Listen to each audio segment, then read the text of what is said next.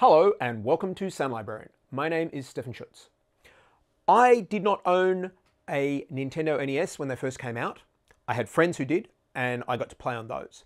And that is when I basically had access to what I think is one of the best adventure games that's been made still, and that was the original Zelda.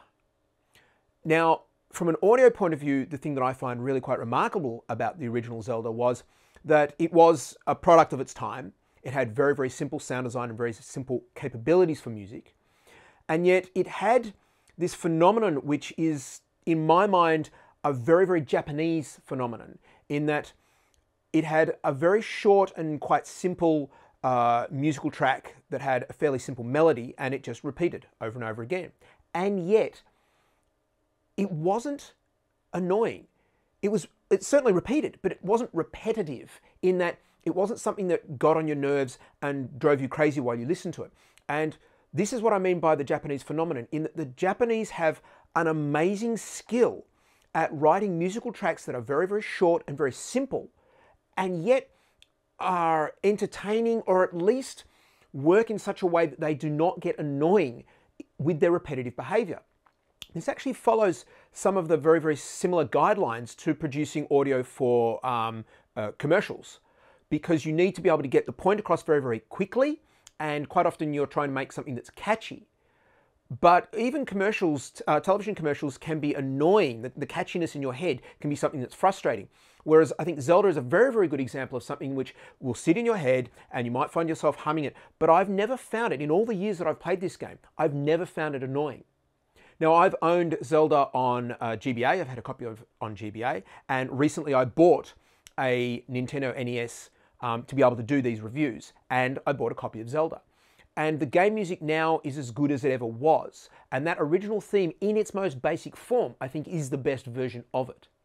So let's have a look at the original Zelda and some of the other aspects and some of the sound and the music, and perhaps try and understand a little bit of exactly what's been done here that has worked so well.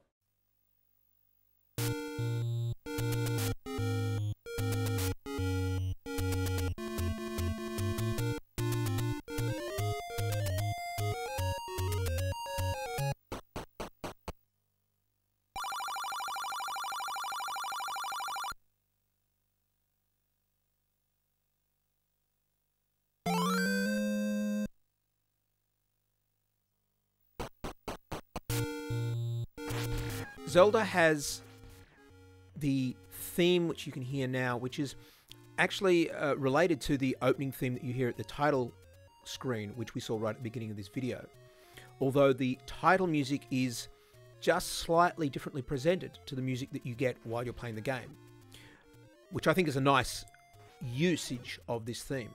So you get the bold opening theme from the title music, but when you get into the game, it's got a little bit more pace and a little bit more urgency to it, and it's very much sort of traveling music whilst Link is wandering around the realm. So this piece of music accompanies you pretty much everywhere you go above ground, and it just repeats. It just plays over and over again. And as I said, I've never found this to be annoying while I've played the game, and even when I've been listening to other people play the game, its repetitiveness has not annoyed me, and I think that's just an indication of the quality of the writing. So beyond the music, we have actually a very, very simple set of sound effects. The monsters themselves that are running around here and jumping around don't actually make any sounds. We get sounds for Link's attack sound, whether it's a stabby sound or a shooting sound, depending on which function he has available.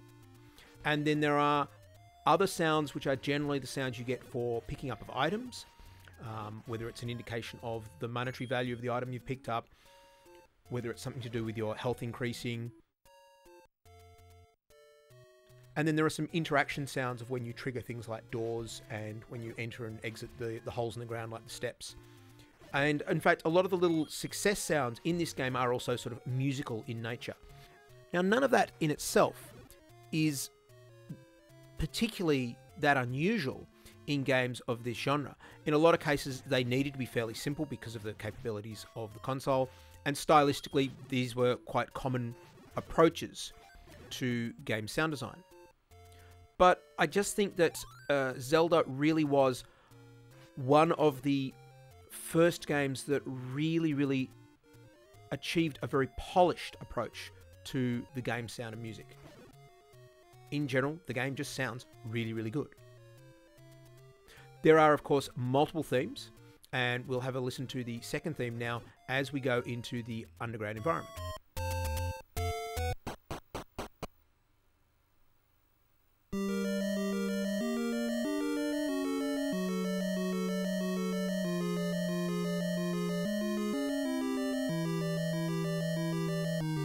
So here we have the secondary theme, I guess you could call it. This is for the dungeon aspects of the game. And again, very short, simple, looping piece of music. But again, I think it does a really remarkably good job of setting the environment, the ambience of the dungeon in which you're traveling. And again, I do not find it repetitive when I'm playing the game. Now, perhaps this is because I'm focusing on the game while I'm playing it, but also I think it's a very successfully written piece of music in that it is pleasant to listen to in some ways, and it's very much atmospheric to listen to. So from that point of view, it's quite acceptable to have it looping over and over again in the background. We, of course, have the various different sounds in here of when Link dispatches his enemies. But again, they're very simple sounds. So most of the sound effects are actually quite simple.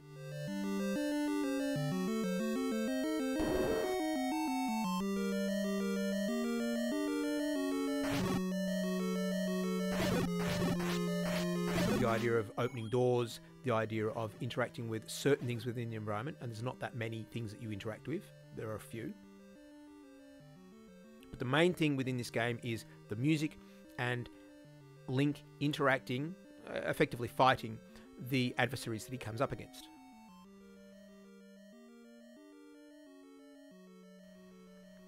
So as Link progresses through the dungeon, he comes across far stronger adversaries. And of course he picks up extra pieces of equipment. So as you can see here, I've now got a boomerang and that makes a sound, and I've gotten some extra pieces of equipment.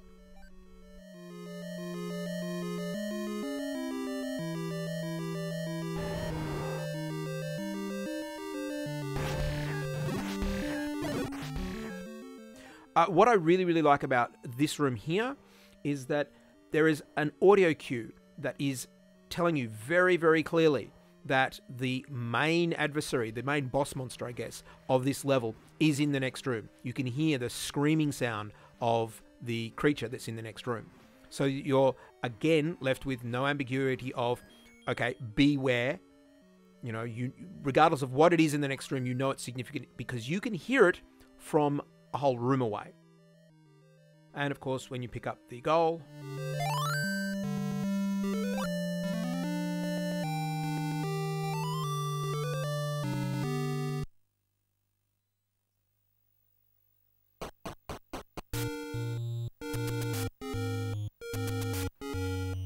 and then we're back outside and back into the usual traveling music. So the scope of the sound is really quite limited.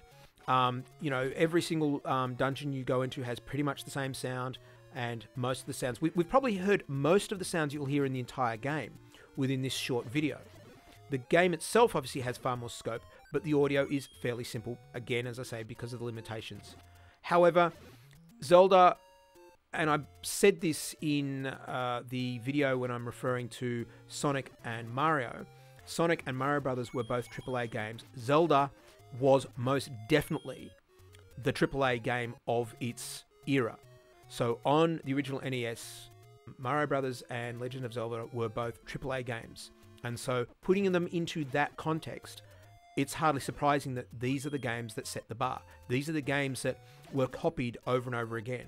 And it's also one of the reasons why the theme music from Legend of Zelda has been remixed dozens of times, reused in sequel games for Zelda, and generally is a very popular theme because of the love that people have for this entire franchise now. So the original Zelda has quite a lot of components from a musical point of view that are really quite interesting. There are various different themes depending on where you are. But I think they've all been very, very well written and are very, very effective. And it shows that a good composer can create music with very simple tools, very simple sounds, and still write something that is very good music. And that's where I place the original Zelda. Keep an eye out. We're going to be having a look at some more of the older games and all the way through to the current generation of consoles as we go through 101 video games you must listen to. Thank you very much for watching.